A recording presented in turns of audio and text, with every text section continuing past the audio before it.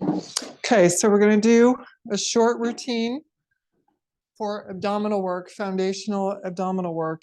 I'm going to stand in my living room where I do all this, but against this white background so you can see foundational. Number one, pelvic floor direction. So most of us, especially women, are taught to pull our belly in, we pop our ribs, and we tuck forward. Our pelvic bone is actually shooting forward. That puts strain into our pelvis and our hips, and it completely relinquishes our back muscles. So we want to tip our pelvis so it's neutral, what we call neutral in Pilates. You could feel neutral because your lower and middle back muscles actually engage. You can feel them. Sometimes it's going to feel like you're arching your back because we're so not used to it, but we want our back muscles to engage, and then our abdominals can equally engage. So if you play with that tipping a little bit, you're going to find a place where the pelvic floor, for lack of a better term, is as if you're wearing a mini pad. The mini pad is facing the floor. It is not tucked toward the floor and wall seam, and you're not sitting into your hips. So first and foremost, that in and of itself can be an exercise where if you practice that tipping and pushing back into a neutral pelvis, you're going to feel your back muscles the next day. Okay, number one. Once we have that, really foundational, we want our lower abdominals to engage. A lot of crunches, roll-ups, focus on the upper abdominals. We want our lower abdominals to engage, which is from our pelvic bone to our belly button. So foundational is once you are standing straight, not tucked forward, standing straight, is marching in place. Knee comes directly in front of the hip. You find your balance. The balance in and of itself is in your core. And you don't march like that, but you march with intention, like little show pony leg lift. It engages that supporting glute. You'll feel it in your back. You'll feel it in your belly. Doing this for, I would say, 3 minutes, marching in place. Arms extend down to your side, chest is lifted, and you march and breathe. Once you feel confident in that marching, come to I dream of genie arms. What tends to happen, we raise our arms and we fall again back into our pelvis. Standing up straight, you're trying to reach your knees nice and high, balancing on that single leg, keeping our pelvis tilted toward the floor, so neutral. And again, you should feel your back muscles engage and you are lifting from your lower abdominals.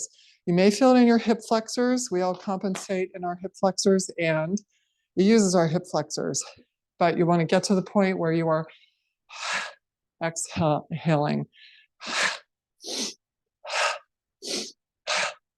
Use the exhale breath to pull the belly button back in. Once you feel comfortable with I dream of genie arms, go to arms up above, not back behind our ears, slightly forward, shoulders down, and marching there. Finding balance. Arms up overhead.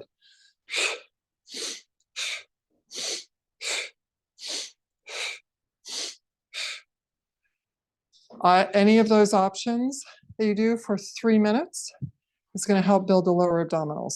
Okay. Second, this is a Pilates ball. You may not have a Pilates ball.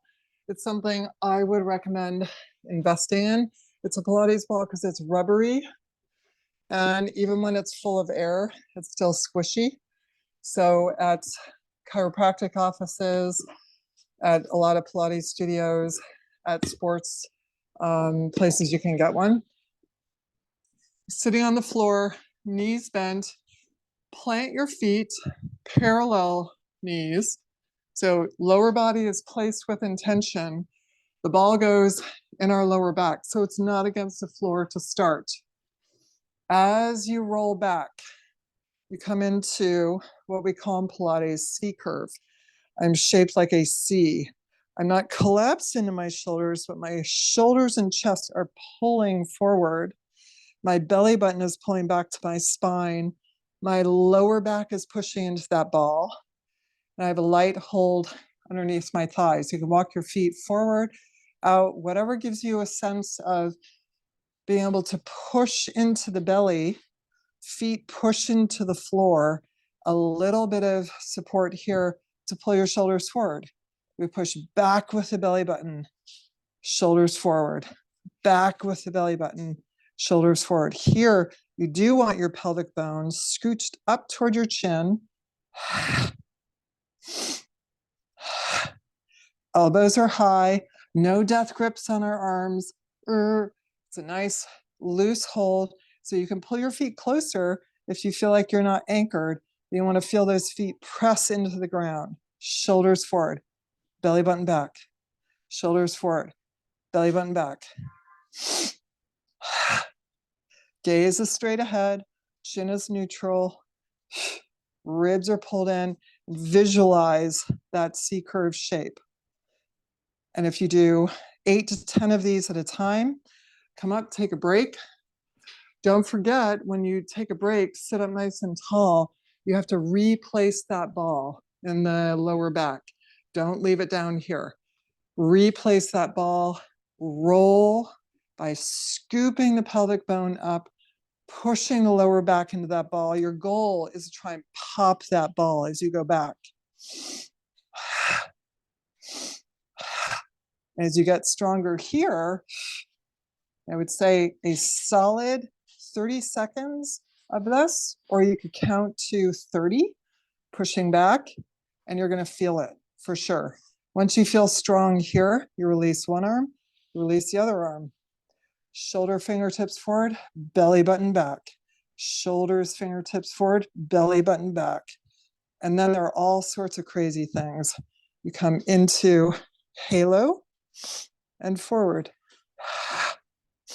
Holding that C curve, deepening that C curve as your arms reach up to the sky. They can open up wide, pulling back in, find that midline, push back as you open, pull up to that midline. So there are all different ways to counterbalance and to add more work to the abdominals, but you want to keep that C curve shape.